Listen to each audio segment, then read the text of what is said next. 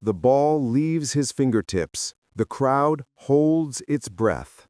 The fate of the game hangs in the air for a split second.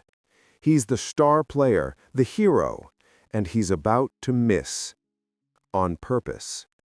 We all think we're watching a fair fight, a game of skill and chance. But for decades, you weren't. You were watching a script. And the men writing that script weren't coaches or players. They were mobsters in smoke-filled back rooms.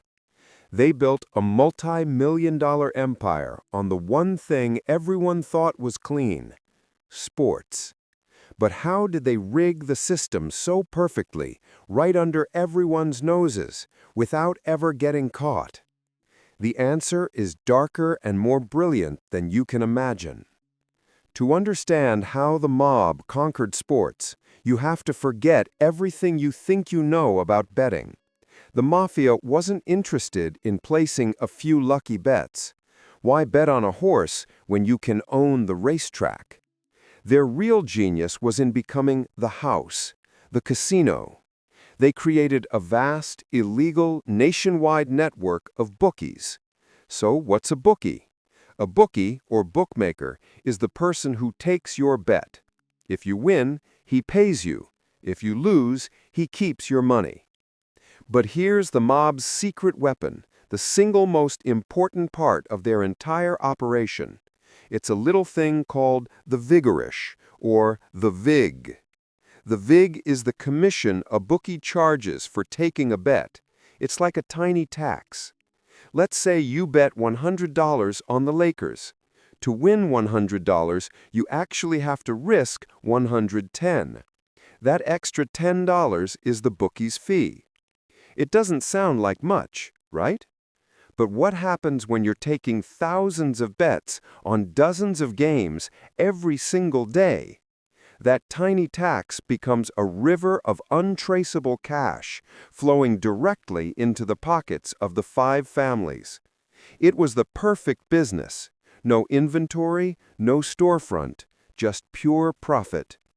But this is where things get even darker. What happens when the river of cash just isn't enough? The mob's bookmaking business was a guaranteed moneymaker. But the Mafia is pathologically greedy. Guaranteed profit wasn't enough. They wanted guaranteed outcomes. They couldn't control star athletes in the major leagues. Those guys were too rich, too famous. So who could they control? College kids. Young, ambitious athletes with no salary who are hungry for a taste of the good life. A few $1,000s in cash could feel like a fortune. This brings us to one of the most infamous scandals in sports history, a story that involves the very same mobsters from the movie Goodfellas. Picture it, Boston College, 1978. A basketball player named Rick Kuhn has a problem. He's got gambling debts, and the people he owes them are not patient. His connections lead him straight to the Lucchese crime family and to the infamous Henry Hill. Henry and his crew didn't want Kuhn to lose games. That was too obvious. They wanted something much more subtle. They wanted him to control the point spread. The point spread is the number of points a favored team is expected to win by. If the mob knew a team was favored to win by 10 points, they would pay the players to make sure they only won by 5. The team still wins. The fans go home happy. Nobody suspects a thing. But the mobsters, who bet a fortune on the other team with the spread, clean up. It was the perfect crime, and for a while it worked flawlessly. But here's the shocking twist. The players were getting sloppy, and the mob was getting angrier. For several games, the Boston College players did their job. They'd miss a free throw here, make a bad pass there, just enough to make sure the team didn't cover the spread. The money was flowing. But then came a game where they failed. They won too much. The mob lost a fortune. And the friendly arrangement was over. The phone calls started. These weren't requests anymore. They were threats. Players were told that if they didn't do exactly as instructed, their legs would be broken, their families would be visited. The easy money had turned into a prison. This is the mob's ultimate playbook. They don't ask for your loyalty, they buy it. And if they can't buy it, they take it by force. The fear was now the ultimate guarantee.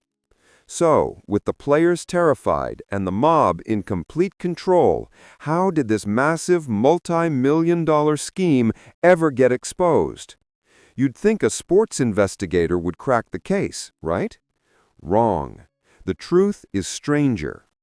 The Boston College point-shaving scandal wasn't brought down by a suspicious referee or a clever detective. It collapsed because of a completely different crime, hundreds of miles away. Remember Henry Hill, the mastermind from Goodfellas? He was deeply involved in the legendary Lufthansa Heist at JFK Airport.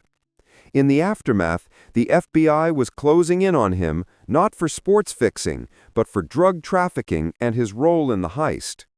To save his own skin, he did the one thing a mobster should never do. He became an informant. He told the FBI everything about the murders, the heists, the rackets, and as a side note, he mentioned a little point-shaving scheme he was running with some college kids in Boston. That was it. The entire house of cards came crashing down, not because of the crime itself, but because a key player panicked to save himself from another one. So how did the mob really make millions of dollars from sports betting? It was a three-step process. First, they became the bank, controlling the entire illegal betting market through their bookies and pocketing the vig on every single bet. Second, when that wasn't enough, they targeted the vulnerable, young athletes to manipulate the outcomes with point shaving.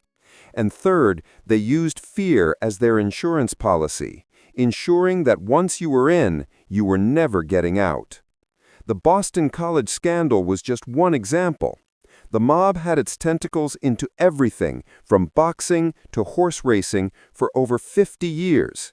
And here's the final, chilling fact. The illegal sports betting market is now worth hundreds of billions of dollars globally. The mob's old-school blueprint, the bookies, the untraceable transactions, the search for an edge, hasn't disappeared. It's just gone digital.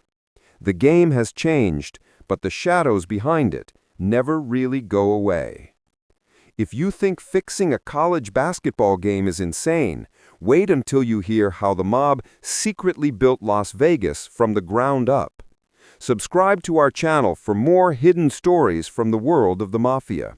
And let us know in the comments which mob scheme you want us to expose next.